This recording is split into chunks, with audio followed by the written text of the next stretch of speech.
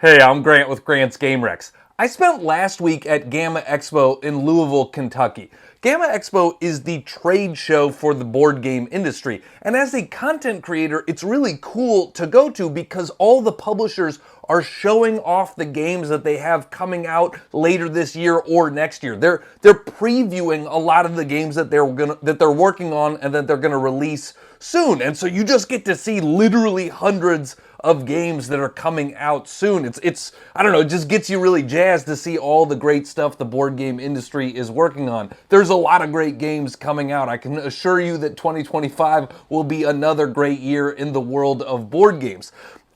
These are the games that got me most hyped personally. These are the games that I didn't know that much about before GAMA Expo, but I really enjoyed playing them or checking them out. Now, I will say, this is kind of a first look video. I didn't play full games of really any of these. I did actually one or two, but mostly I'm demoing them, checking them out, talking to the publishers, trying a few turns, so I don't know everything about the games yet, so take that as it will, but I figured I'm excited about these 12 games, and so I wanted to share them with you. These are the 12 games I think I like the most at GAMA Expo. In no particular order, we're going to get into them.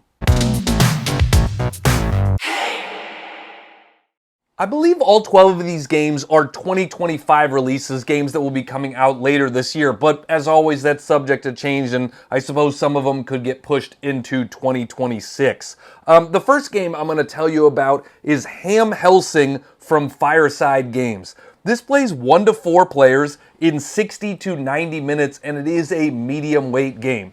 Helsing is based on a graphic novel called Helsing, but I don't know anything about that graphic novel. I don't know anything about this IP, and I really love this game, so you don't need to know about it.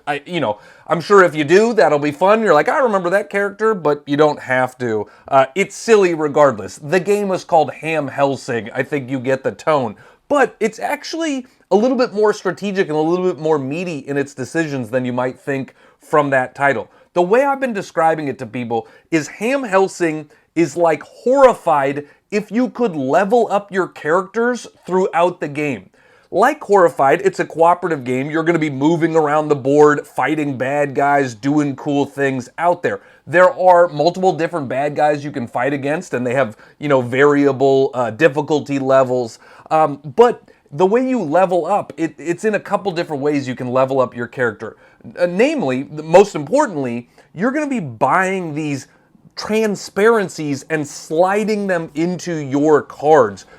This is a deck crafting game. It's not a deck building game. You're going to have the same 10 cards the whole game. You're never going to get more cards than that, but you're going to make all of your cards better. You're going to sort of get combat points by fighting bad guys and, and getting coins and then using those coins to buy these transparencies. And so at the start of the game, you're like, I can just hit for 2. And by the end of the game, you're like, I'm hitting for 17, and you can have these big epic turns by the end of the game, which is fun.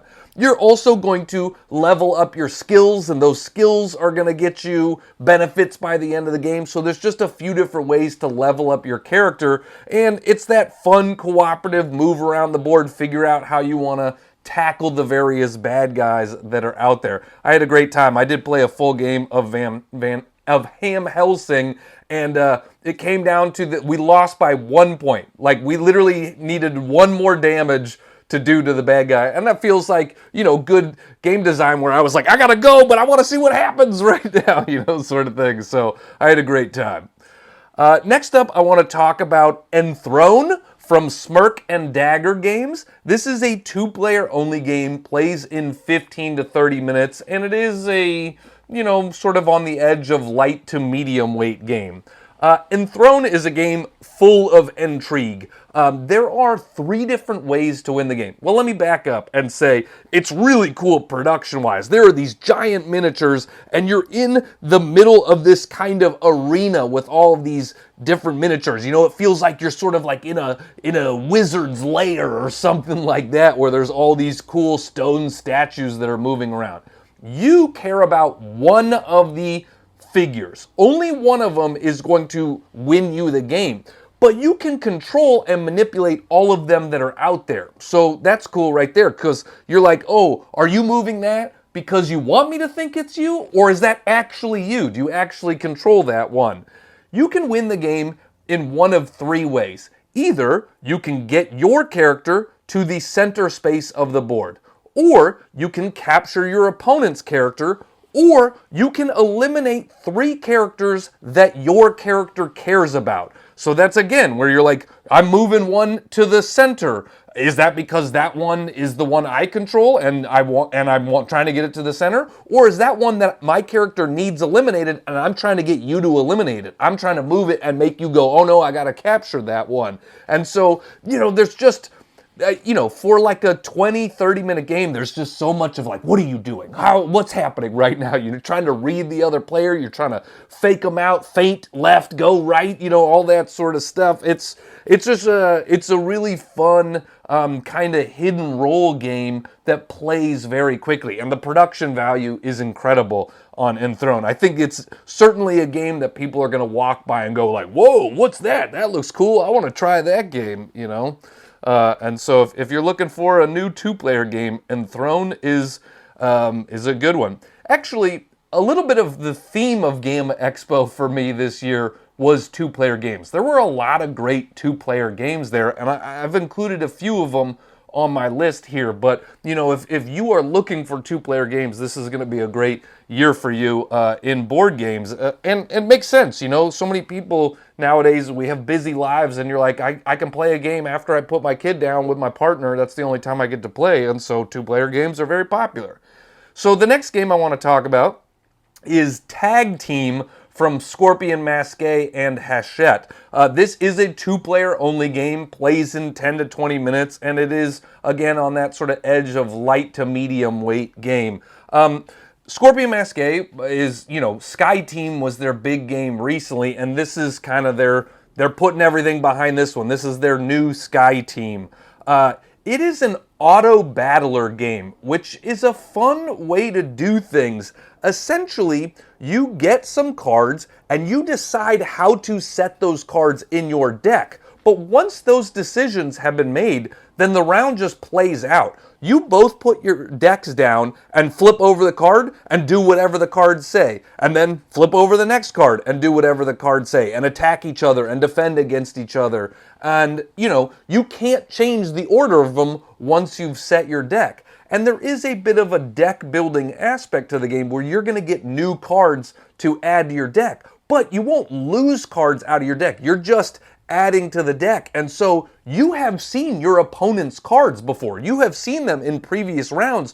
So there's a little bit of trying to guess and predict how they're going to set their deck because you want to outsmart them in how you set your deck so that your attacks get through and their attacks don't. And so you can defend in the right ways and attack the character you want to attack. Because both people are going to be playing as 2 characters. They are sort of asymmetric characters, asymmetric decks of cards, and have different powers and special abilities. And each game you're going to play as 2 of them and sort of mix their cards in one deck. And so you're attacking both of your opponent's characters and trying to be the last one standing.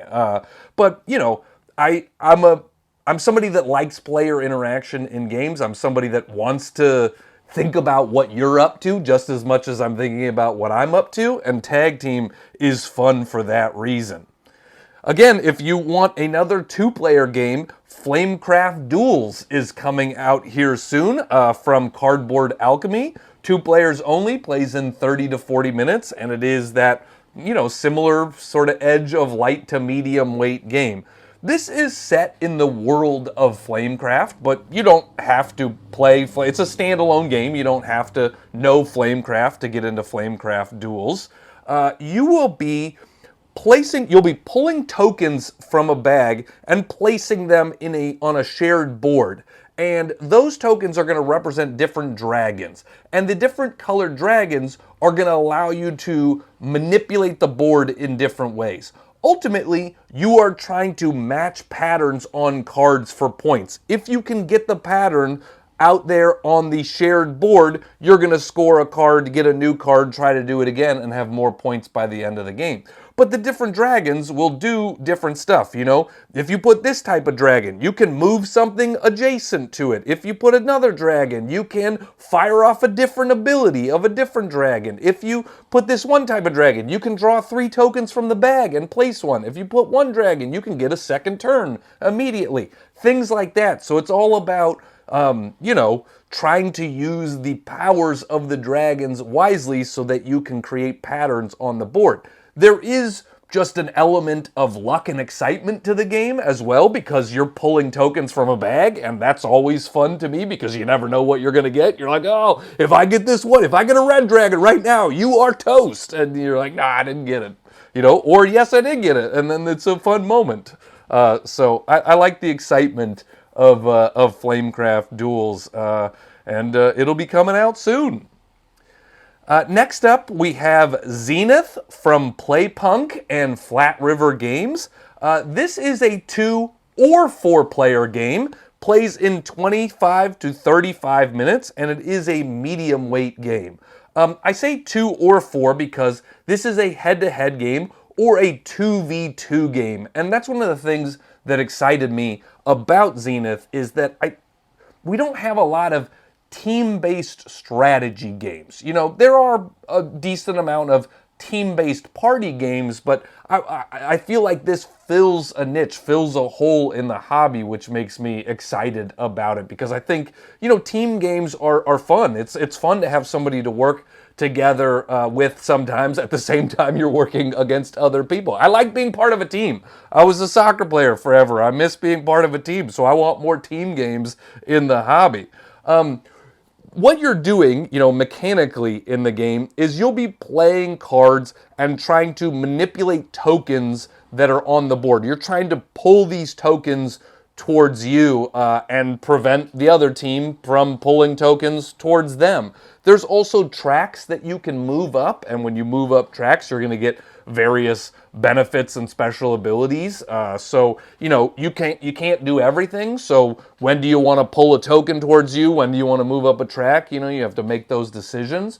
When you play a 1v1 game, you are going to be playing into all of the slots on the board. All of them are open to you. When you play a 2v2 game, you each can play on the 2 slots that are closest to you, and then both of you can play in the middle slot. So you are talking to your teammate and going, well, if you can pull that one, then I can use the benefit of you pulling that one to then pull this one towards me, and we can gain that token.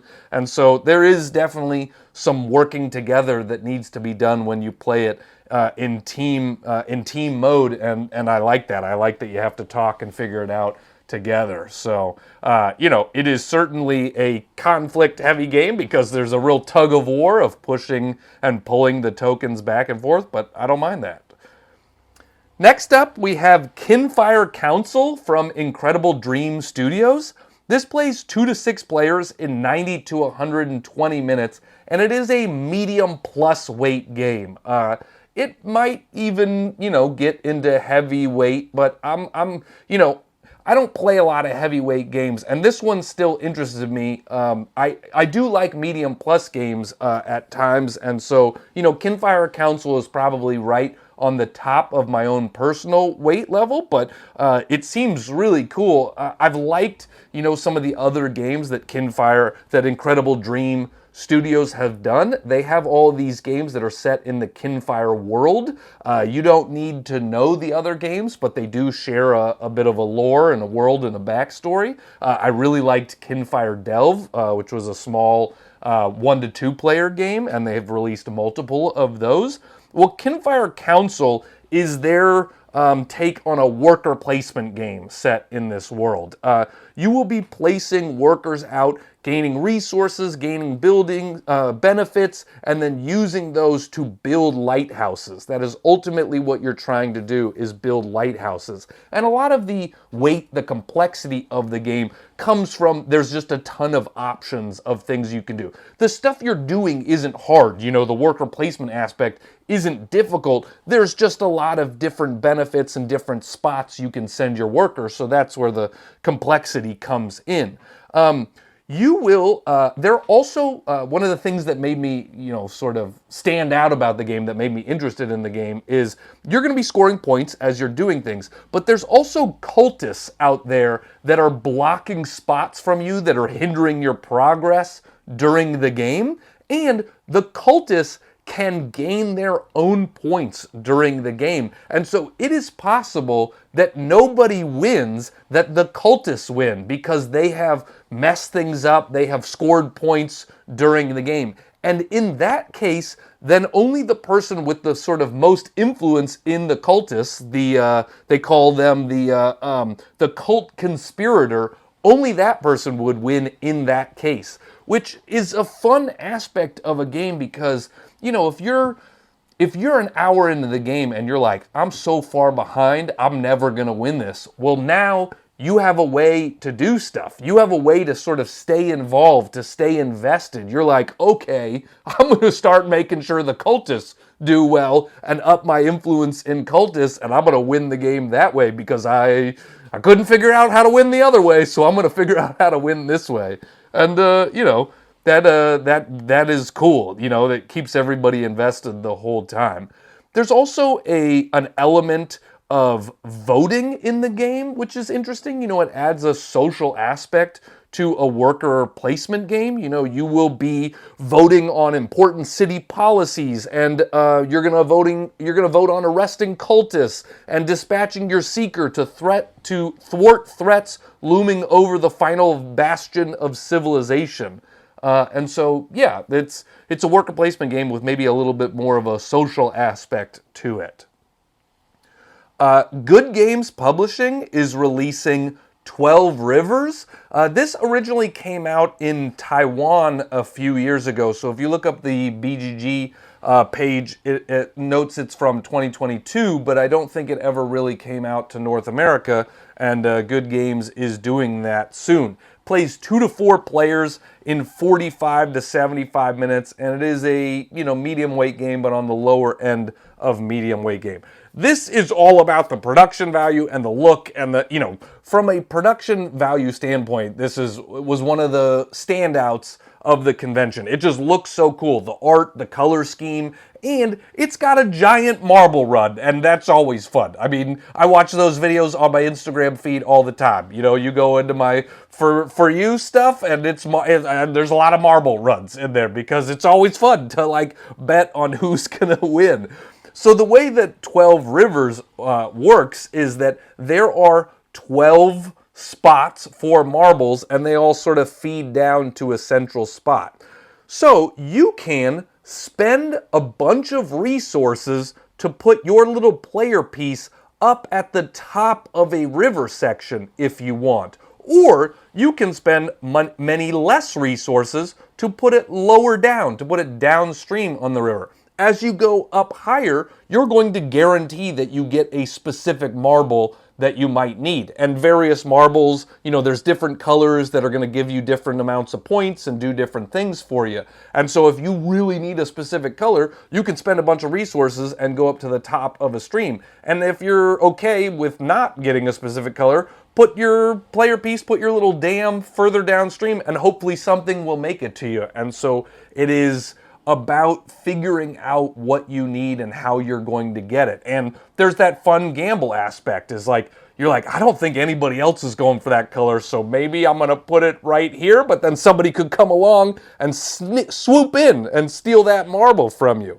There's other things that are going on in the game. You're doing other stuff, but I don't really know about that other stuff that much because I just was really excited about this marble run aspect of the game. So that's that's what really stood out to me. That's what I was asking questions about. And if you want to know a little bit more, it says people move along the river with alpacas to collect enough resources, ideally returning to the village with enough resources to start a prosperous year. But, marble run. That's what we're talking about here.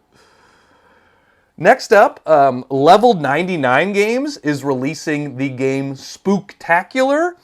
Plays 1 to 5 players in 45 minutes, and it is a medium weight game on the lower end of medium weight game. This was pitched to me as Root in 45 minutes, which, Root is too complicated of a game for me personally. I've always been intrigued by it because I know everybody loves Root, or at least a lot of people do, but it's not ever something I've been able to wrap my head around. So Root in 45 minutes, oh yeah, sign me up. And what they mean by that is this is a, quicker game that is still full of asymmetric characters and asymmetric factions. These characters play in very different ways and do different things on the board. You are all of the characters are sort of classic takes on classic movie monsters. They don't have the rights to every movie monster, so it's not the creature from the Black Lagoon. It is the swamp creature. Oh no, things like that. But you can kind of get what all these things are, and the art is really cool. The characters that they have look dope. And so each of those characters is going to play a little bit differently, but ultimately what you're trying to do is you are coming out of the movie screens and trying to devour moviegoers. And all the ways that you devour moviegoers is going to be different. The ways that they sort of help you once you devour them is going to be different, but you're all trying to eat moviegoers, and that's a fun theme. So, board-wise, you're going to be playing cards, moving around the board, and devouring moviegoers. And so if you want a more introduction to asymmetric factions, there are 20 different unique movie monsters in the game, so there's a lot of replayability, a lot of different factions and play styles to explore. And, I like the idea of devouring moviegoers.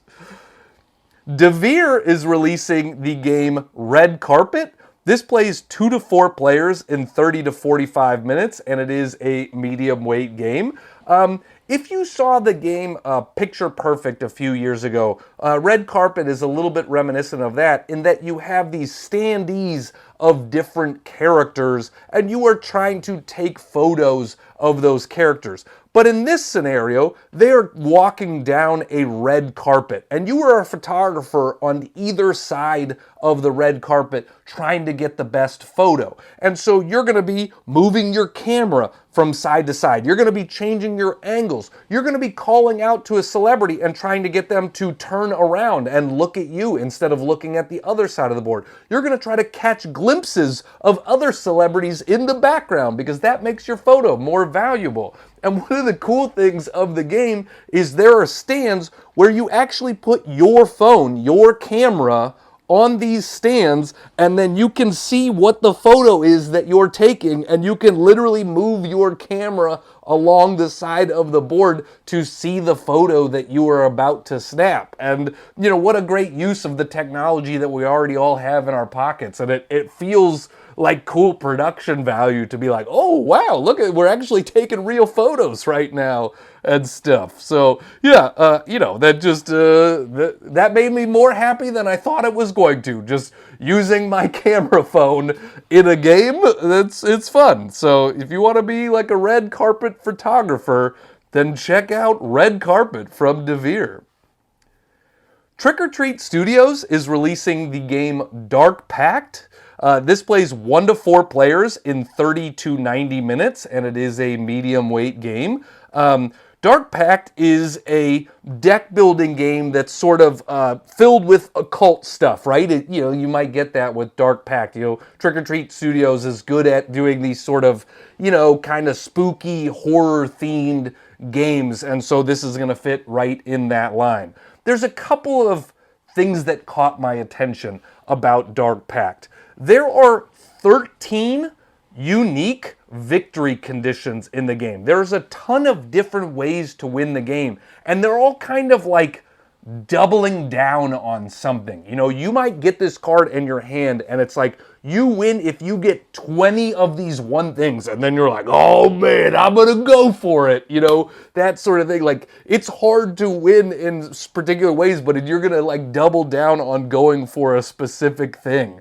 The other thing that caught my attention with it is that there are these multiplier cards, and you can slot them onto any card that you play, and it multiplies anything numerical on the card.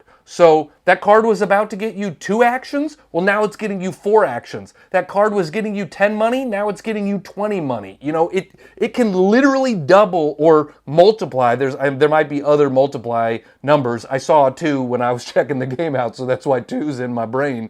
But I just think that's really cool, where it's like whatever the card says, it says you get to draw 3 cards. Now you get to draw 6 cards. Anything can be multiplied as long as it's a numerical value. And so that's a really cool aspect of what do you need more of, how do you want to use these multipliers during the game. And with 13 different victory conditions, I feel like there's a lot of replayability in the game. There's obviously a bunch of different ways to win, and that's going to keep it interesting. So yeah, I want to check out Dark Pact for sure. 25th Century Games is releasing Grand Central Skyport. Plays 2 to 4 players in 30 to 60 minutes, and it is a medium weight game. Grand Central Skyport is a game in which you're trying to efficiently operate your airship station and attract the most prestigious tycoons to your city.